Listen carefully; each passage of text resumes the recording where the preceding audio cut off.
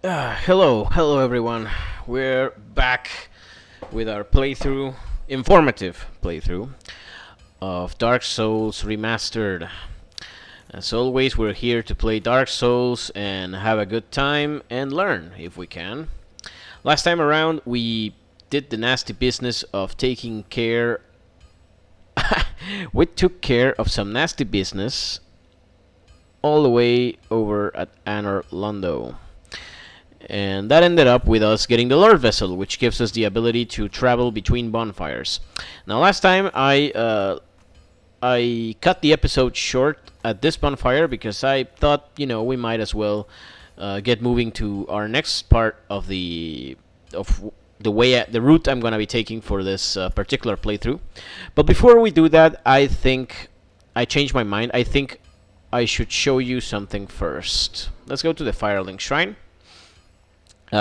Just because this doing this feels a lot more proper, and it'll also allow me to talk about what this whole next section of the game, which is basically the late game, the end game, or the second half really of the game, is going to be all about. Because from here on, Dark Souls takes on a slightly different turn, basically, in terms of how you navigate the world.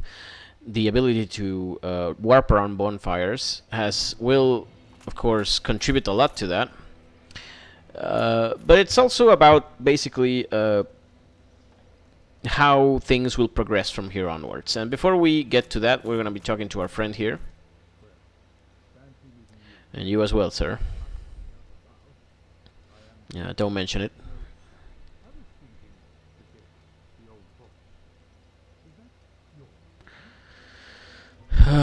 Yes. Yeah.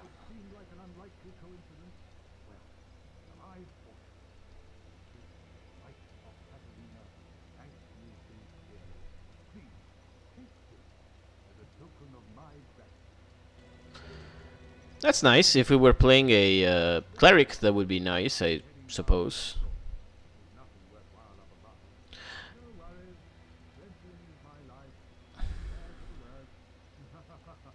So that's the hint. His next location is over at Blighttown at the very bottom, and we're actually gonna meet him there when we return. So don't say goodbye to him. Oh, wait. This is the pyromancer we freed all that time ago. Yeah, it was all the way back when we were going into the depths. Oh yeah. Oh no. You were supposed to say no there. Okay, I changed my mind, so yeah, now you say that yes, he gives you that, which is the basic pyromancy. You can actually start the game with that one if you choose a pyromancer as your starting class, which is not a bad idea. Even if you are planning on building yourself just like me, like a straight up warrior, starting up as a pyromancer is also pretty good because you start at a level that is much lower than usual. So that means that you get that many more level ups. I forgive the way I'm saying it. You get that many level ups to work with. So eventually, you just take all of those points back. Uh, the weakness is the starting equipment is obviously not as good as the warrior if you're going for that sort of build, obviously. Otherwise, it is what it is.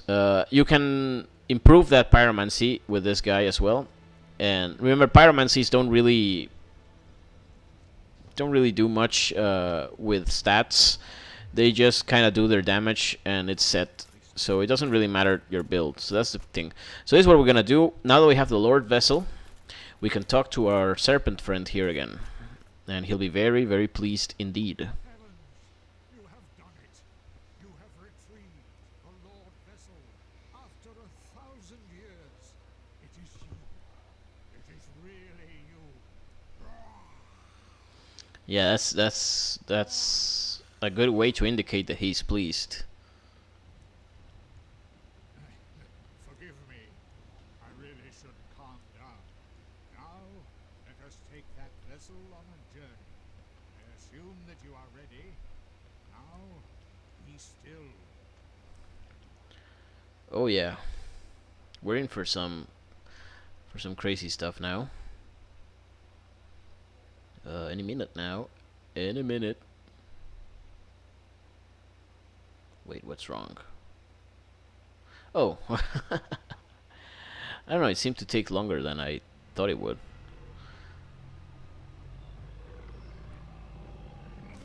Yikes. Oh. Oh well, that... Okay, so that was it. We had a good one, but I guess he got us. Man. Alright, I'll accept it. This is the Firelink King, the successor of Lord Gwyn. Now, place the Lordvessel on the altar. We'll do just that.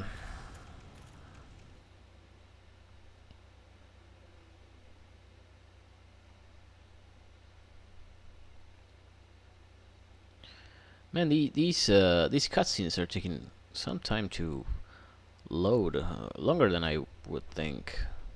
Well, anyway, here we are holding that huge ass Lordvessel. I don't know how we are carrying that around, but I guess we don't have to anymore. It doesn't matter. We still have the ability to warp between bonfires. Only the Lordvessel would remain here, and it will ask that we retrieve a certain number of souls from certain individuals. Oh, well, I'll just let my boy Frampt fill us on the details. You just watch this cinematic of the big old beam of light shooting up in the sky. It's like an Avengers movie or something. And there's that door cleared. That one as well. We've not really been to any of these places up close, so we've not seen these doors. But we could have if we took the time to divert ourselves. So that's it. Let me go back real quick. Oh well, whatever. I'll explain with this guy in the background. So basically, this is the point in Dark Souls where things really open up in a non-linear way. Like before, we spoke about there being multiple roads towards achieving what you wanted to achieve, but your goals were still very linear. In the end, you had to ring both Bells of Awakening, and you had to go through Sen's Fortress and then to Anor Londo and get the Lordvessel. And you could divert the order somewhat, but it was pretty much linear. But from here on out, basically, in order to open this big door, beyond which lies the final boss of the game, we need to recover the Lord souls that belong in the Lordvessel, so that they might feed this thingy and cause this door to open. Now, the people who hold these souls are, of course, very strong bosses, but we have, in this case, we are giving the chance to complete them in any order that we wish. There's 4 of them, 4 main ones, and they all, they all require you to dive into some pretty involved places. So it's like a really, we're still a ways before we finish this whole enterprise up. But I'm gonna take the liberty to choose the path myself, of course, and the order in which I will be tackling these bosses, to me, is going to be the order I recommend that you do it. Like, if you are new and you just want to have an easy time at it, because I think it's the correct order, in my opinion. It is the order that makes the most sense from a just a perspective of being able to tackle each challenge appropriately. There's obviously some of these bosses that are harder than others. And in that regard, I like to leave those that are harder for last, so that we get ourselves more level ups and better equipment to deal with them. But this episode is actually not going to deal with any of those, because apart from those, there's also a lot of stuff to do. There's plenty of optional bosses and such that we must take on before we even consider going against Lord Gwyn. And there's also the DLC, which I will be going through the DLC in this in this playthrough. Not only because right now, I mean, Dark Souls Remastered just includes the original DLC by default, so we might as well just consider it part of the main game right now, right? And you want to see the DLC because it's really cool, and it has some of the best, some of the more challenging bosses, and we wouldn't want to miss out on those. So we're gonna be doing the DLC, but we're gonna be leaving it for dead last. So after we have completed everything else that there is to do on the base game, we will then go to the DLC. We will finish that, and then we will go back and complete the game and just kill Lord Gwyn, which is beyond that door. So let us start by going back to the parish where we were when we started this episode, because we are going to tackle on not one but two optional. I shouldn't say they are optional. One of them is optional, but the other is actually quite obligatory. He's not one of the 4 bosses, but he's still, a necessity because he gives you an item that is absolutely required for you to face one of them. And yeah, we have an ember, so we're gonna give him the ember. Okay. Now, in order for us to get to where we want to go, we have to purchase this, the Crest of Artorias. It costs 20,000 souls, and that's a steep price, but, we have to. There's no other way around it. We repair what we can. And right away, I think, I'm going to begin reinforcing a shield. Yes. A regular-ass shield. This wooden shield, I think, will do. The reason for this is that we are going to... We are going to be forging our own super good shield in hopefully in the next episode. And in order for us to be able to do it, we need to take a regular ass shield all the way to level plus 10. Let me just check real quick. One more. Okay, so we purchased one more small titanite shard. Oh, okay. I'm kind of derping on this. Okay, and we plus 5. So now we're gonna take it to plus 6 if we can. We can indeed. So that's a plus 6 shield, and we're gonna continue reinforcing it if we can. I think we can. All right. Let's just. Where is it? Yeah, let's just all the way up if we can. I don't think we can get it to plus 10, but that's not important because. Where we want to... Once it's plus 10, we want to visit the giant blacksmith over at Anor Londo anyway, and he sells large titanite shards, so it's not a problem. Okay, one more thing I'm going to do here, I'm going to try to see if I can do this, is we're going to turn our old last claymore into a divine claymore. Yep. That is because we will need a divine weapon very soon in the game. It's not going to be used in this episode, but soon enough we will need a divine weapon that is actually good. So... let me just upgrade it as much as I can because we might as well. Upgrading divine weapons uses green titanite shards, which I don't have a lot of, but plus 3 isn't so bad, I suppose. Okay, we're ready. Now let's head back into the woods. We cannot warp to any of the bonfires at the woods, sadly, so we have to take this route to it. But basically, we're going to be using that old Crest of Artorias that we bought in order to access another area of the woods that we haven't been in, where we will be fighting a regular boss and a mini boss. And we, strangely enough, we're going to be fighting the normal boss first and then the mini boss. I will end the episode after the mini boss. And that might sound unorthodox, but it's just like... I think the route works best that way. And the details of these bosses I will talk about once we get there. First, let's just take care of these. We are way past these guys, capabilities. So there, we've come a long way since we were here last, haven't we? We have a kick-ass halberd. We have a A very good armor set, a very good shield. It seems like nothing could go wrong for us right now at this point in time. Yeah. All right, let's just level up if we can one last time before heading in there. Strength is fine. I'm gonna want to max my strength very soon, possibly in this very episode. We'll be able to do that actually. And let's just open this door. Yeah, so the Crest of Artorias is used, and we are in this part of the woods now.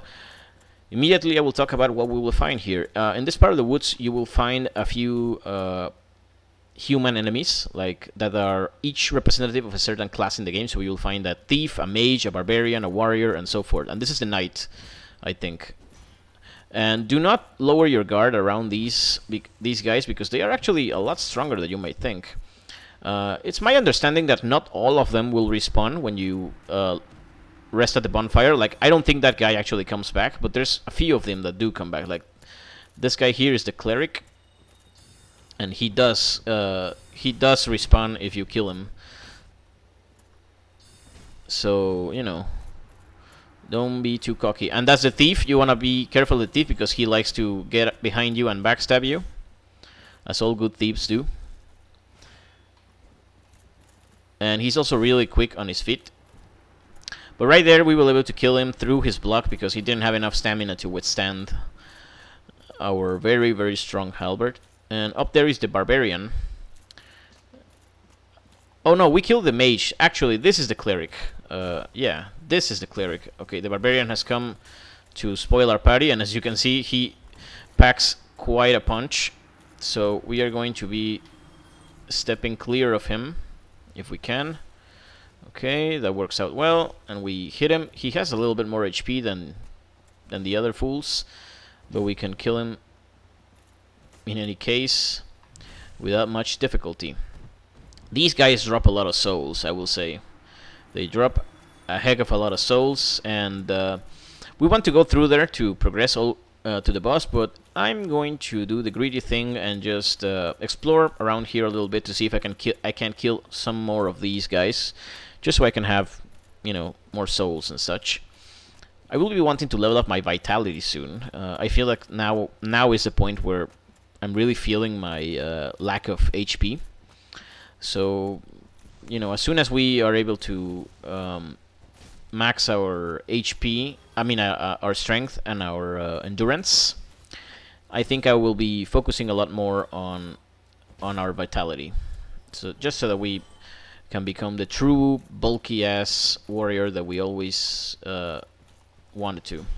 So I think there's only yet these bushmen guys that are left. So I'm not gonna bother anymore. I'm just gonna go ahead and head towards my objective.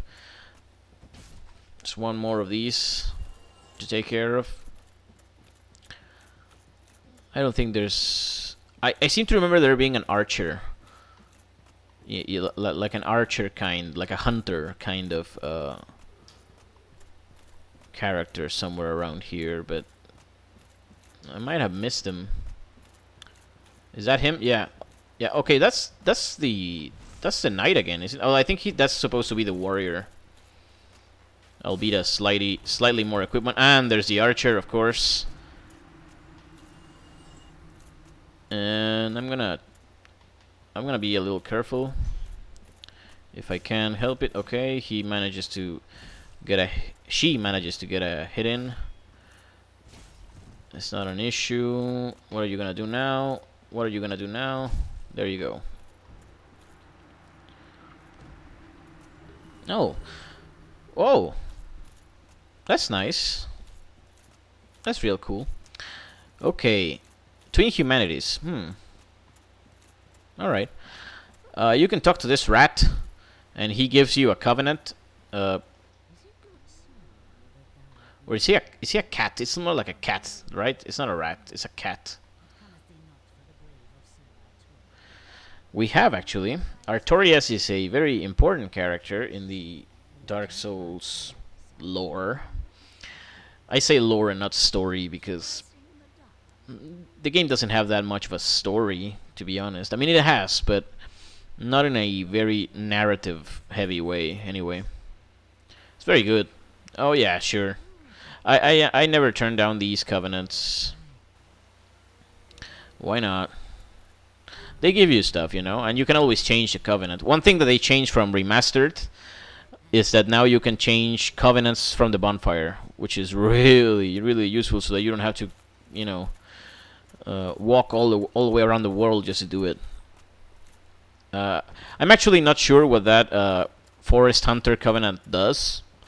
I'm very very uninformed about covenants in general, so that'll be my weak point, I guess. Now this forest, there's not a lot going on here. There's a few of these mushroom men going around, and they're not dangerous at all, but they have a lot of HP, so you know, you can choose to try and kill them. There's a few that are really really huge, like those ones, and those take a lot of hits to kill, and they also pack a punch if you let yourself be hit by them, so just be mindful of that. Okay, we can backstab. I never knew you could backstab these guys. Okay, I'm gonna leave them alone since they really don't give you almost any souls at all, and you know, I don't like to pick on the weak. There's a way to just come down here the right way, but we're just gonna drop because it's quicker and we can just recover. And beyond that door is the first boss that I'm gonna be taking on in this run, and it's quite a popular boss in the Dark Souls community, I'd say. You know, everyone appreciates a good dog, and yeah, this is a dog boss. You'll see what I'm talking about. Yeah, this is a boss-ass arena, wouldn't you say? Okay, let's just get to it. Walk up all the way up to the giant sword, and the rest will happen by itself. Yeah, but you you know, he would like to use a sword that big one day.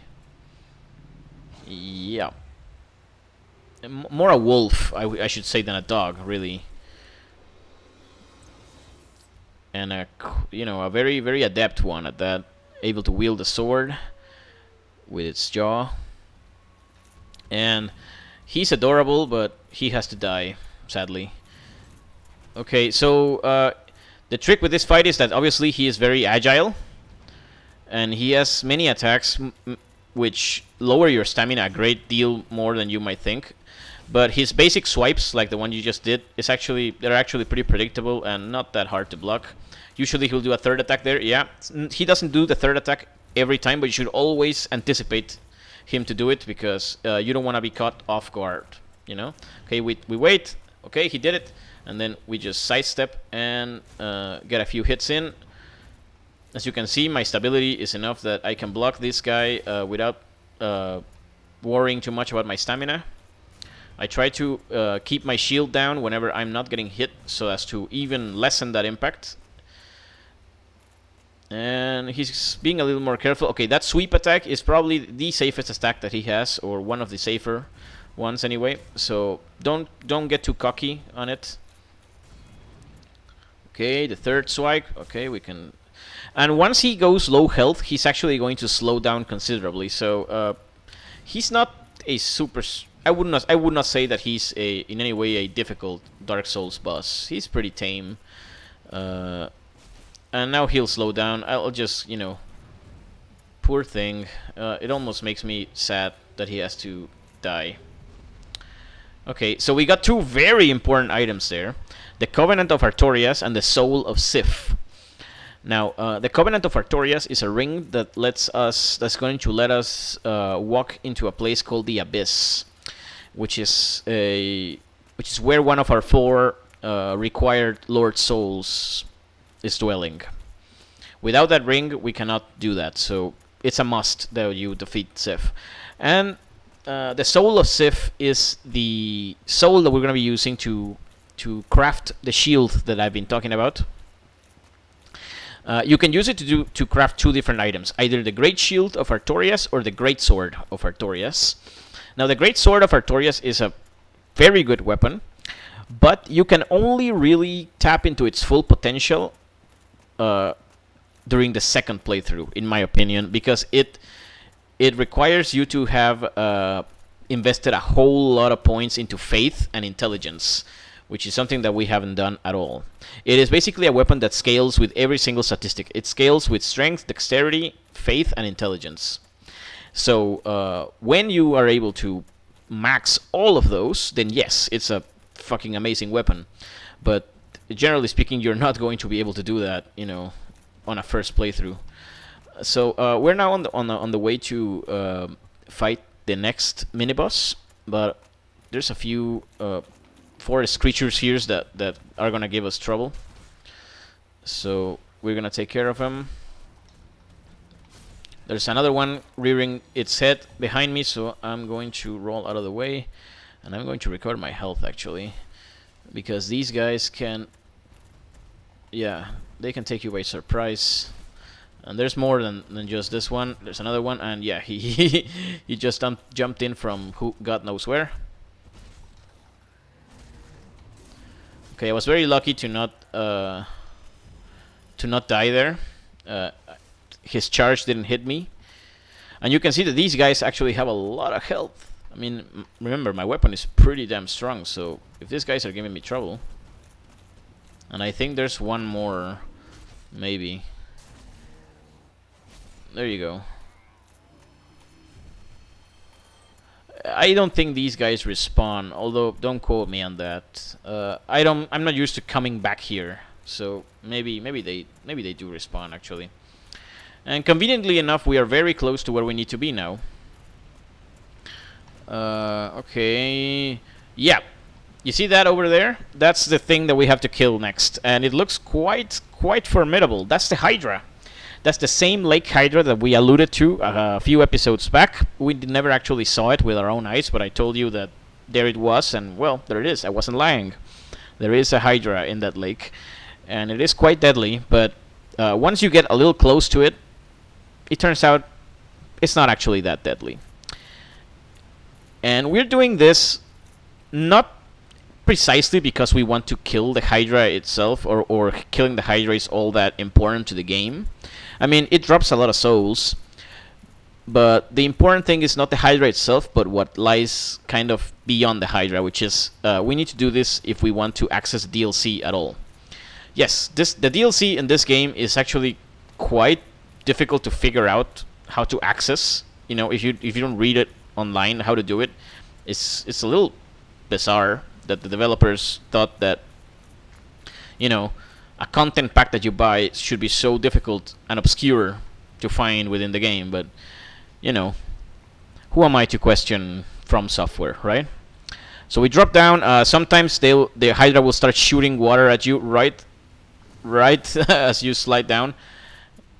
And what you want to do is stay close, but do not go that close, and do not go to the right too much, because the thing with this lake, okay, I managed to block that. The thing with this lake is that it actually runs out of places to walk. So periodically it will do that lunge attack, which has a very hard time connecting. Like, I never really have any hard time blocking that,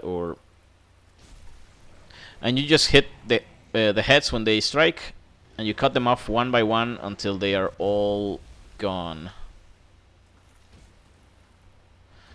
And because we are walking on water, we are severely reduced in speed. Okay, that some of that managed to hit us. Man, okay. Okay, I couldn't hit them properly there, but oh, man. All right, okay. You want to play dirty? You want to play dirty? Okay. I should be careful not to fall to my death now. Okay, that's one hit. Can we kill another one? No. Okay. That's good enough. There's not a lot of heads left. I'm not gonna switch my weapon. I'm not gonna bother doing that anymore. It seems like, it wasn't necessary at all. That was a risky roll. Like, I have no idea. I have no way of knowing if I am near of a precipice at this water right now. I think I'm pretty safe here. But otherwise, I would be pretty damn. I think that's it. No, you have to kill every single head. It looks like. No. Okay, just come at me, bro. Come at me. Okay, I don't want to walk too far forward because I know that there's a precipice. I might not have a choice though. Okay, no. Okay, maybe in here I'll be closer and thus able to... Man, it goes really far. Again, I don't want to walk into a precipice. I think I see the precipice though now. Okay, yeah, you can barely see it there, so as long as you are mindful of that, you might not have a lot of trouble. Okay, I see it. I'm very, very weary of it. It's just that all the dust that it lifts up makes me really nervous about walking into the trap. It keeps going that way. Oh, we almost got it there. We almost got it. But you see, this is just a matter of us finding the right spot. He's already done for, right? I mean, it's only a matter of time before I strike him. And I thought that actually connected. I feel a little cheated out of that one. There you go. Now he's dead. Now he's dead, Hercules style. Well, no, actually the opposite of Hercules style. We learn in Hercules that you aren't supposed to kill a Hydra by cutting off its heads. Right. Is that actually a Hydra? Maybe it is technically a Scylla, right? Because it's in the water. I thought that was the difference. Or maybe the Scylla is just a separate kind of monster altogether. So here comes the kind of difficult part to figure out. Like, I don't know how you could ever figure this out if you were just playing casually and not minding the internet. So in this area, you are just supposed to up and do a good old quit and reload. Just trust me on this. Quit and reload. And a certain enemy will pop up now that we've done this. Yeah, this crystal golem. And you just kill him. Just take care of him. He's got a lot of HP, but otherwise he's not too hard. I mean, the problem is the limited maneuverability. And this is Dusk of Ulasil, and you want to speak to her. Indeed.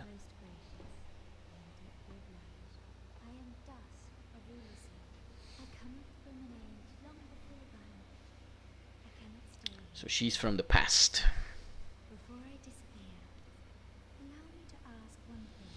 My home, Basin, is the home of ancient sorceries. Hmm? My hope is to pass this profound knowledge to thee, with thine approval.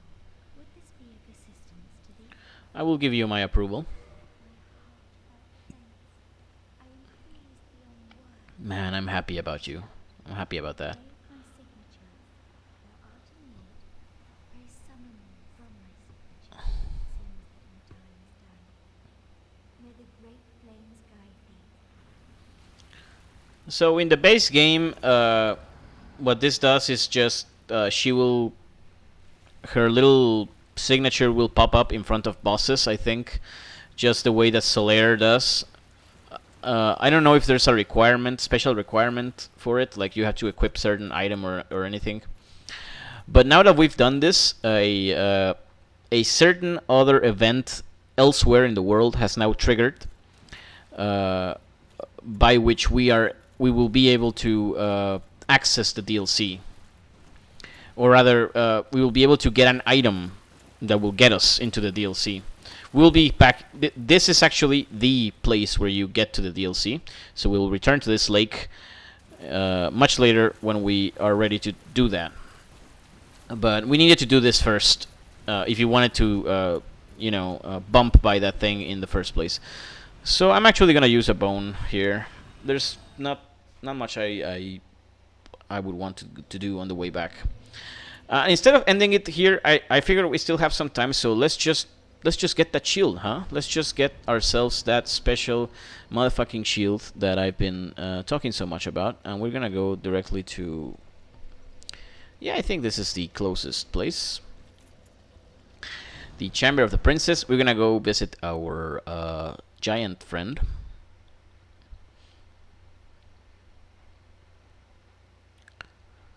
And I'm worried that he won't allow me to raise my no, actually no. We should be alright. We should be alright. And we managed to get to the elevator in one cycle. If I was wearing heavy armor, I might not have been able to. Or rather, if I was wearing something that would push me above my equipment load halfway point. And I like doing this route because it means we get to kill these guys, which drop a lot of souls, and we're gonna need a lot of souls. Oh well, not that many now that I think about it, but we will be able to purchase a Titanite to improve a halberd, actually, which is something I'm very happy about. Right, or maybe I don't know if I should do that. I don't know if it's worth it to spend. I think I would have to spend like maybe 16,000 souls. I don't know if I have a single twinkling titanite in my inventory. Sounds like I don't, though. Okay, that guy is being more annoying than I thought he would be, but okay. And this guy has managed to climb up the stairs. I commend him. Let's just... Yep. It looks like I was able to kill them in 2 hits, after all. Which is good news. This shield is pretty cool, but we're gonna be replacing it real soon. I hope we are, anyway. I think I've done it. I think I'm doing this right. It will be embarrassing if it turns out that I have done something wrong along the way, but I think we're doing it right. So what we need is to purchase a few, if I remember correctly, just 3 of these, right? Or 2. Let's start with 2. Oh, we can purchase greens to reinforce our claymore. That will come in handy. So we have 2 of these. So yeah, I think I can spare the souls. We will reinforce weapon now. And there's our shield. Yeah, we're gonna take it to level 10. And while we're here, we will upgrade our good old... Oh no. Oh, it's up. It's higher up, I suppose. No, I must have passed it then. Where the hell is my... Oh, I need 1 more. Jesus, okay. Well, we're committed now, so... might as well. And this is the maximum it will go. Equipment that is upgraded through Twinkling Titanite only goes up to +5. So that's the limit. There are a few regular weapons that you can get to +15 that ultimately, I think, become better than these weapons. But this is just like the fast way to get a super powerful weapon in a relatively easy way. We're not sweating the rest of these anymore. Okay, so now that we have a wooden shield +10, we want to combine that with the Soul of Sif, as well as 5,000 souls in order to forge the Great Shield of Artorias, like we're seeing here. And as we can see, the Great Shield of Artorias will reduce our lightning resistance a bit. However, it will take our damage reduction all the way up, and it is the most stable shield in the game. I think there isn't a shield that is more stable than the Great Shield of Artorias. So we're forging it now. And what else? What else can we do? Oh, we said we were gonna purchase these 2. Yeah, I don't know if this is worth it. How much do you require me to upgrade? Oh, one. I can do one. That's not a big issue. And we are going to want to have this one hit as hard as it can. Though I don't think it's worth it to go into the +5 at all.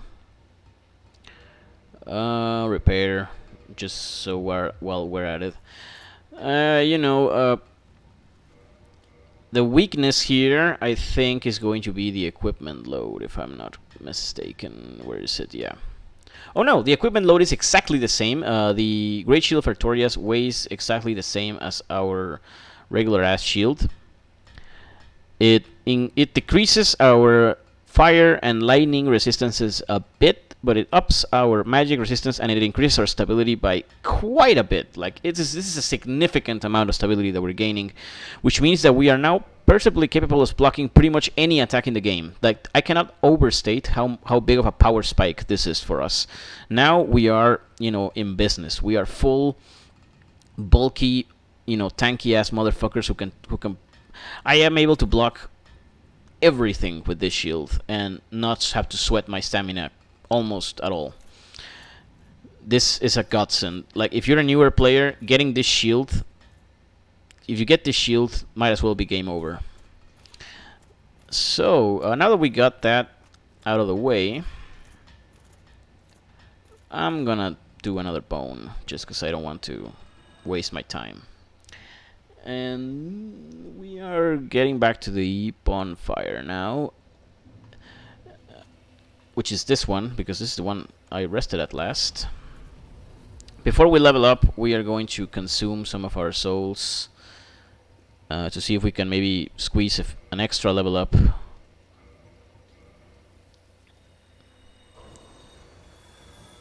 We spent quite a few souls in through all of that process, but hopefully we can still be in business after we consume these. Soul of a Hero in particular is very powerful. Okay, yeah, I think we can do 3 level ups, which is really nice. Okay, we're gonna do 1 strength, and now our strength is 40. There's really no point in doing anything. I can demonstrate it for you right now. The difference between 39 and 40 strength is 4 damage on my weapon, but the difference between 40 and 41 is literally nothing.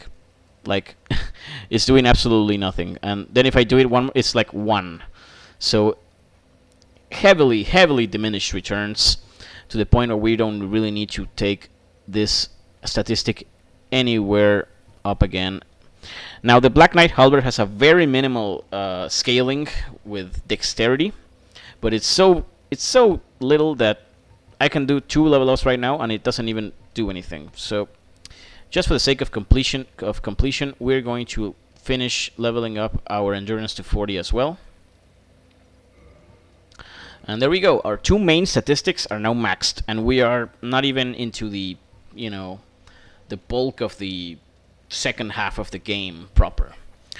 And this is a really great position for us, because from now on we can really focus on just upping our vitality and our dexterity without having to really sweat it. I wanted to put something into HP, but I thought I might as well just finish this. As we have seen, as we have demonstrated in this run, HP has not been an issue for us in almost any situation. I guess we have died I think one or at most 2 of our deaths have been due to our HP. Because I think most other deaths have been really just because we were careless. So, really, this is the best COA, as the Colonel Campbell would say. Okay, so yeah, that's gonna be it for now. I hope you guys have enjoyed this episode of the Dark Souls informative playthrough. And next time around, we're going to be tackling, probably tackling one of the 4 bosses proper. And that's gonna be real fun. So see you guys next time, and take care.